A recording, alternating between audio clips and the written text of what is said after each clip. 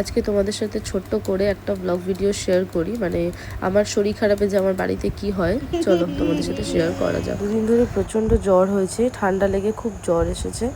তো জানোই তো জ্বর হলে খুব কষ্ট হয়, কাজ তো করতেই পারছি না। তো বরকে বললাম যে আমার খুব ঝাল ঝাল কিছু খেতে ইচ্ছা করছে।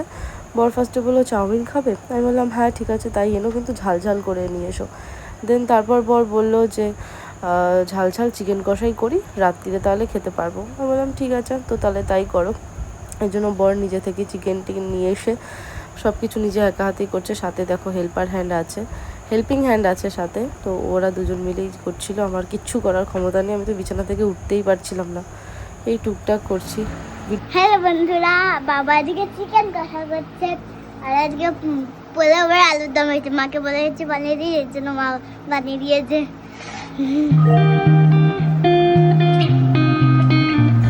এরা দুজন একসাথে থাকলে এদের মধ্যে এরকম লেগেই থাকে। এনাকে দেখে তো বোঝাই যাচ্ছে, এনার ফেস দেখে যে ইনি খুব হ্যাপি হয়েছে, মানে আনন্দ। অবশেষে মাংস ধোয়া হলো। এবার দেখাই তোমাদেরকে একটা জিনিস, এটা হলো জলের ড্রামের একটা কভার। এটা আমি কোনো একটা ভিডিওতে দেখেছিলাম, শর্টসের একটা ভিডিওতে। তো আমারও খুব পছন্দ হয়েছিল, ভাবলাম চল আমিও কিনে নিই। তারপরে দেখাই যে আমার জ্বর হয়েছে বলে আমি যে বসে আমাকে খাওয়াচ্ছে তা কিন্তু না, দুজন মিলে মানে আমার হেল্পার হয়েছে, বাট তারপরেও আমার ছুটি নেই। আমার বর ভিডিওতে আসতে চাইছে না, বিকজ ও গামছা পরে আছে, তাই দেখতেই পাচ্ছ, আর খুব গরম আমাদের ওখানে।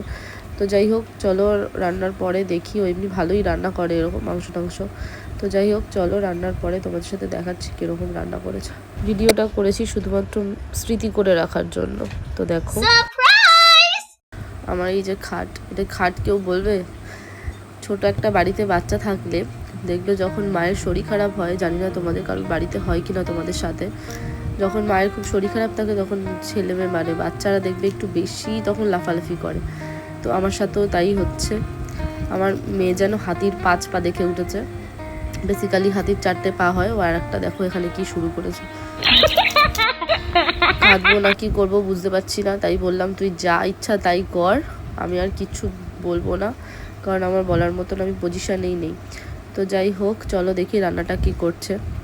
এখানে দেখো রান্নাটা প্রায় কষানোর কাছাকাছি হয়ে গেছে, মনে হয় চিকেনটা কষিয়েও ফেলেছে। যে আমি ফোন দেখছিলাম ঘরে, আমি অতটা দেখিনি, ওদিকে যাইনি।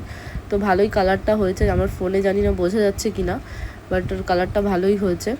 তো চলো খাওয়ার সময় দেখাই। এখন বেশি ভিডিও করতে দিচ্ছে না, চিল্লাচ্ছে ভিডিও করতে গেলে, ও শুধু ভাবছে আমি ওকে নিয়ে নিচ্ছে কিনা।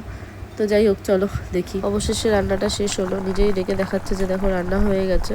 তো যাই হোক আবার দেখা হবে পরের কোনো ভিডিওতে। যদি ভিডিওটা ভালো লাগে অবশ্যই একটা কমেন্ট করে দিও। টাটা, দেখা হবে আবার পরের ভিডিওতে।